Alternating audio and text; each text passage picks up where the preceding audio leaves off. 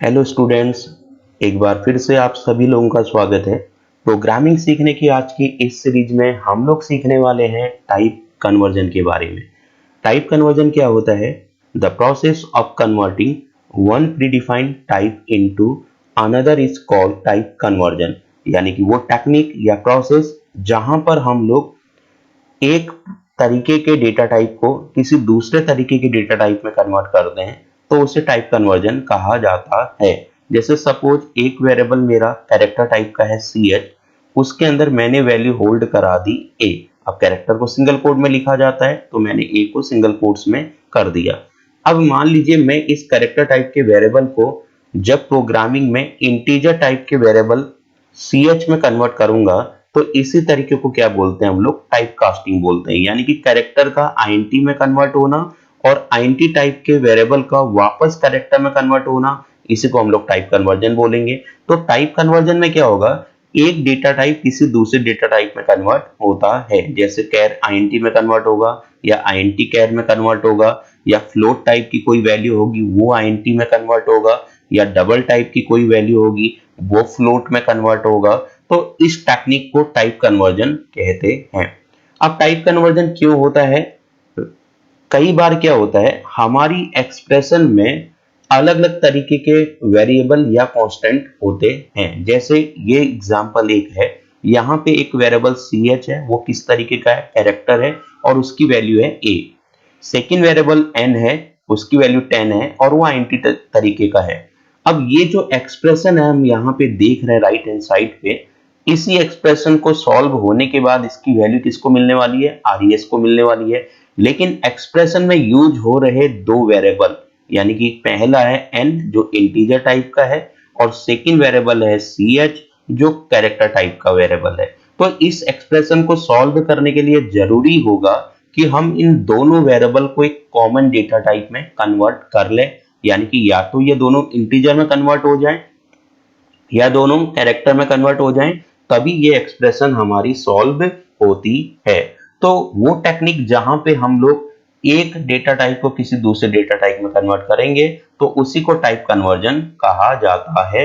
और एक्सप्रेशन को सॉल्व करने के लिए हमें टाइप कन्वर्जन करना जरूरी होता है, जैसे कि अभी के इस केस में। अब टाइप कन्वर्जन कितने तरीके का होता है देखिए।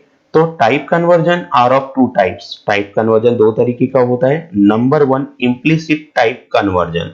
इम्प्लिसिट टाइप कन्वर्जन क्या होता है देखिए। An implicit type conversion is a conversion performed by the compiler without programmer's intervention. यानी कि जब एक तरीके का डेटा टाइप किसी दूसरे डेटा टाइप में कन्वर्ट होता है, परंतु प्रोग्रामर के इंटरफियर के बिना, यानी कि प्रोग्रामर के हस्तक्षेप के बिना ऑटोमेटिकली अपने आप रिक्वायरमेंट पड़ने पर एक डेटा टाइप दूसरे में कन्वर्ट हो रहा है, तो उसको हम लोग इम्प्लिसिट टाइप कन्वर्जन कहते हैं। जैसे एक वेरिएबल मैंने कैरेक्टर टाइप का लिया और उसका नाम हो गया CH, कैरेक्टर टाइप का वेरिएबल हो गया, CH हो गया हमारा, और इसकी वैल्यू मैंने रख दी यहाँ पे A। और जो कैरेक्टर है उसको सिंगल कोट्स में लिखा जाएगा, तो मैंने A को सिंगल कोट्स में कर दिया। एक और वेरिएबल है मेरा N, उसके अंदर मैं CH की वैल्यू को होल्ड करने की कोशिश कर रहा हूं, और यहां पे मैं N की वैल्यू प्रिंट करूंगा। तो मुझे ये चेक करना है कि N की वैल्यू क्या प्रिंट होने वाली है हमारी प्रोग्रामिंग में। तो उसको समझने से पहले मैं क्या समझूंगा कि यहाँ पे क्या क्या प्रॉब्लम हमारे साथ आने वाली है। देखिए होता क्या है, नॉर्मली एक इंटीजर टाइप का वेरिएबल अगर n है, तो वो अपने अंदर इंटीजर टाइप की वैल्यू को होल्ड करेगा। और अगर एक कैरेक्टर टाइप का वेरिएबल जैसे CH हो गया, उसके अंदर हम कैरेक्टर टाइप की वैल्यू को होल्ड कराएंगे। अगर हमारा एक फ्लोट टाइप का वेरिएबल होगा R, मान लीजिए मैंने ये लिया, तो उसके अंदर हम क्या करेंगे, उसके अंदर हम लोग फ्लोटिंग टाइप की वैल्यू को ही होल्ड करा सकते हैं। और अगर एक डबल टाइप का वेरिएबल होगा, तो उसके अंदर भी हम लोग पॉइंट टाइप की वैल्यू को ही होल्ड करा सकते हैं। तो कहने का मतलब क्या हो गया, जिस टाइप का हमारा वेरिएबल है उसी टाइप की वैल्यू उस वेरिएबल के अंदर होल्ड होती है। लेकिन इस कंडीशन में क्या हो रहा है, अगर आप इस पर्टिकुलर लाइन पे देखेंगे, तो हमको CH की वैल्यू किसके अंदर होल्ड करवानी है? N के अंदर। और CH किस तरीके का है? कैरेक्टर टाइप का। यानी कि एक इंटीजर वेरिएबल के अंदर हम लोग कैरेक्टर टाइप की वैल्यू को होल्ड कराने की कोशिश कर रहे हैं, जो नॉर्मली पॉसिबल नहीं बनता है। अगर आप इसको देखेंगे तो मैंने यही बताया भाई, इंटीजर टाइप के वेरिएबल के अंदर क्या होगा, इंटीजर टाइप की वैल्यू को होल्ड कराया जाता है। कैरेक्टर टाइप के वेरिएबल के अंदर कैरेक्टर टाइप की वैल्यू को होल्ड करते हैं, लेकिन हम यहां तो इंटीजर टाइप के वेरिएबल के अंदर कैरेक्टर टाइप की वैल्यू को होल्ड कराने की कोशिश कर रहे हैं। तो यहाँ पे क्या बन सकता है, प्रॉब्लम बन सकती है। तो नॉर्मली हमारा n क्या होगा, कैरेक्टर को स्टोर तो कर नहीं पाएगा अपने अंदर।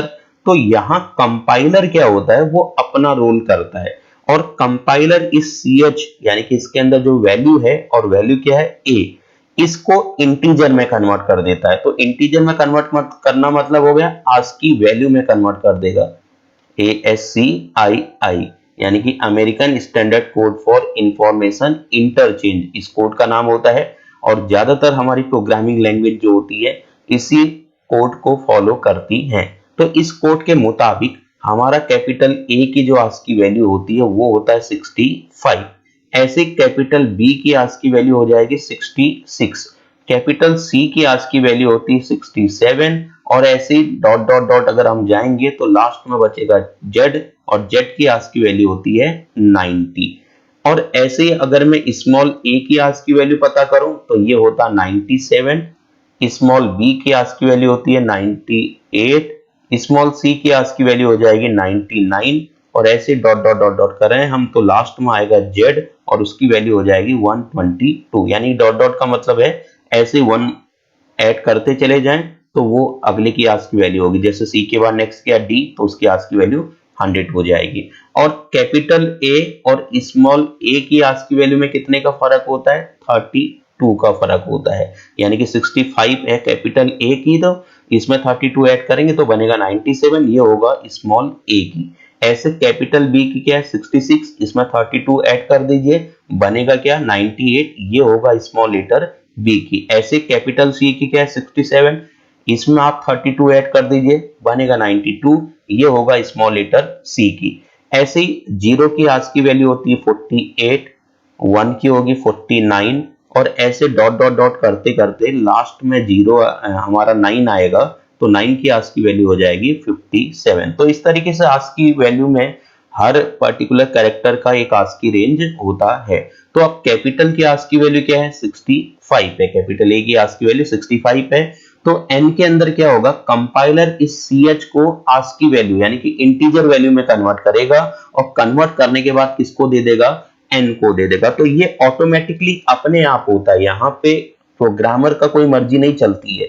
यहाँ कंपाइलर को लगा कि एक n इंटीजर टाइप का वेरिएबल है, ये कैरेक्टर टाइप की वैल्यू को होल्ड नहीं कर सकता, तो उसने ऑटोमेटिकली अपने आप इस ch के अंदर जो वैल्यू है इसको ASCII कोड में कन्वर्ट कर लिया। और कन्वर्ट करने के बाद क्या यहाँ पे बना होगा हमारा 65, क्योंकि कैपिटल A है और कैपिटल A की ASCII वैल्यू होती है 65। तो अब n के अंदर क्या वैल्यू स्टोर होगी, 65 वैल्यू स्टोर होती है। तो अगर मैं यहाँ n प्रिंट कराऊंगा तो क्या प्रिंट हो जाएगा, 65 हो जाएगा। तो यहाँ पर देखिए बिना प्रोग्रामर के परमिशन के एक तरीके की वैल्यू किसी दूसरे तरीके में कन्वर्ट हो गया, यानी कि ch के अंदर कैरेक्टर टाइप की वैल्यू थी, जो कैरेक्टर टाइप की वैल्यू ऑटोमेटिकली अपने आप इंटीजर टाइप वैल्यू में कन्वर्ट हो गया। तो ये क्या होगा, इम्प्लिसिट टाइप कन्वर्जन। तो ऐसे ही क्या होगा, जैसे सपोज हमने ये लिया, ऐसे हमारा जो इंटीजर है वो कैरेक्टर में भी कन्वर्ट हो सकता है। जैसे सपोज मैंने ये लिखा इंट, मैंने दिया n इक्वल दे दिया 65। अब मैं यहाँ पे क्या कर रहा हूं, मैंने एक यहाँ पे ले लिया कैर ch।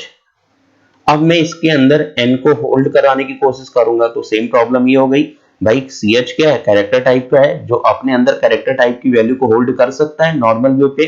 तो लेकिन हम यहाँ पे क्या दे रहे हैं, इसको n दे रहे हैं, और n का डेटा टाइप क्या है int, यानी कि कैरेक्टर टाइप के वेरिएबल के अंदर हम लोग इंटीजर टाइप की वैल्यू को होल्ड कराने की कोशिश कर रहे हैं। फिर वही समस्या आ सकती थी, लेकिन कंपाइलर ने क्या काम किया, इस प्रॉब्लम को हैंडल कर लिया और इस n को कैरेक्टर में कन्वर्ट करेगा, क्योंकि अभी उसको कैरेक्टर टाइप की वैल्यू होल्ड करानी ch के अंदर, तो वो इंटीजर को कैरेक्टर में कन्वर्ट करेगा। तो n की वैल्यू क्या है 65, तो 65 को जब हम लोग ASCII वैल्यू 65 किसकी होती है, a की, तो यानी कैरेक्टर में कन्वर्ट करेंगे तो क्या बनेगा a।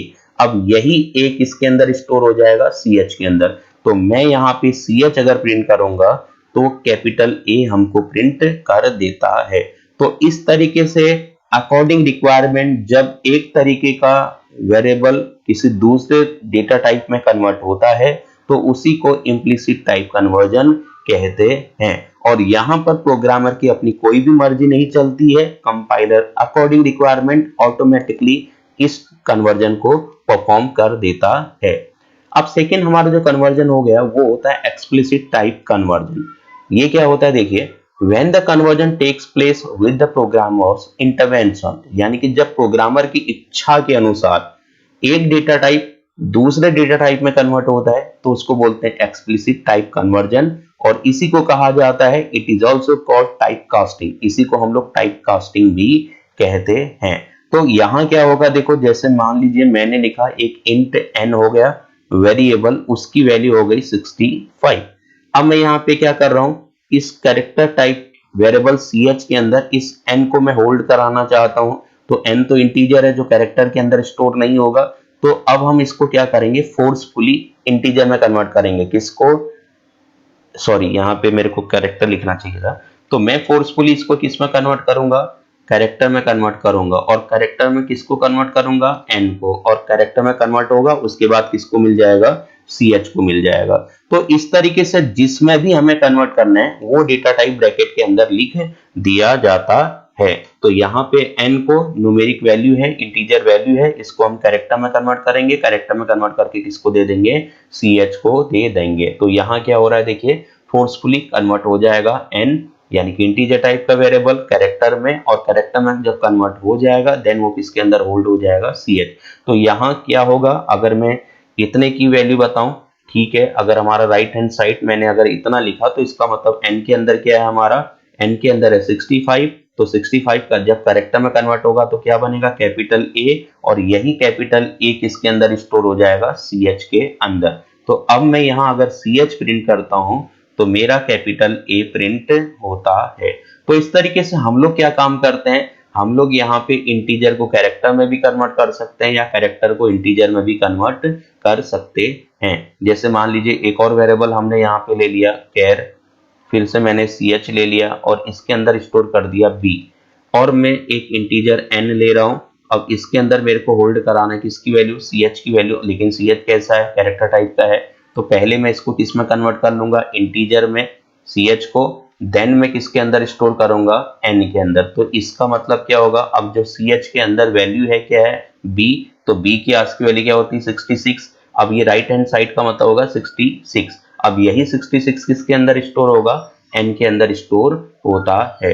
तो इस तरीके से जब एक डेटा टाइप दूसरे डेटा टाइप में कन्वर्ट होता है और प्रोग्रामर की इच्छा के अनुसार, तो उसको हम लोग बोलते हैं एक्सप्लिसिट टाइप कन्वर्जन या टाइप कास्टिंग।